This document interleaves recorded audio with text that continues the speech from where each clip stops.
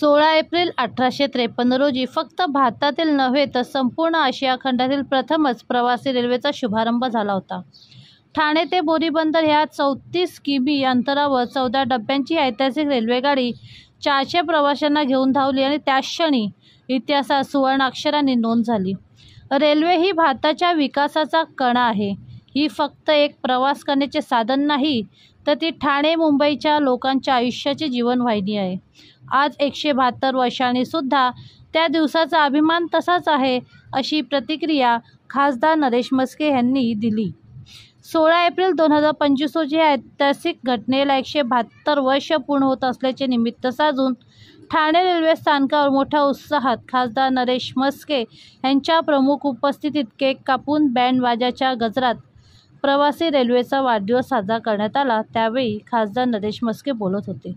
रेल्वेच्या सेवेत कार्य, कष्ट आणि योगदान देणारे स्टेशन मास्तर केशव तावडे, रेल्वे प्रशासनातील अधिकाऱ्यांचा आणि प्रवासी संघटनांचा खासदार नरेश म्हस्के यांच्यासह उपस्थित मान्यवरांनी सत्कार करून त्यांच्या सेवेला सलाम केला.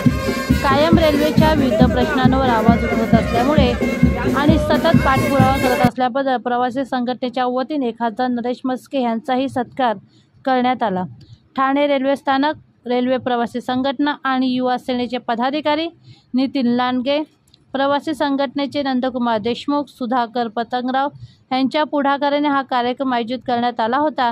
निखिल बुडजडे, किरण नकाती, अमित जयस्वाल, पूजा तिडके, जितेश गुप्ता, बाळा गवस आणि ऋषिकेश माने यावेळी उपस्थित होते. सर्वांनी जोरदार टाळ्या वाजवायच्या आहेत.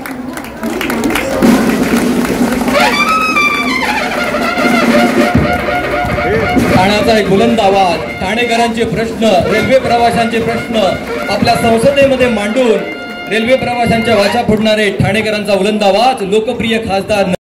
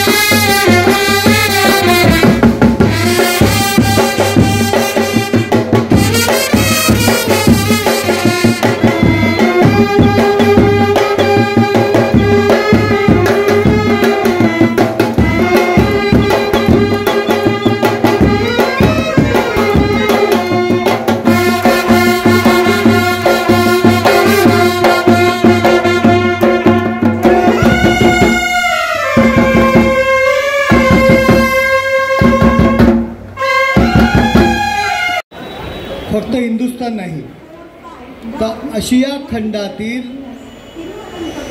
पहिली ट्रेन,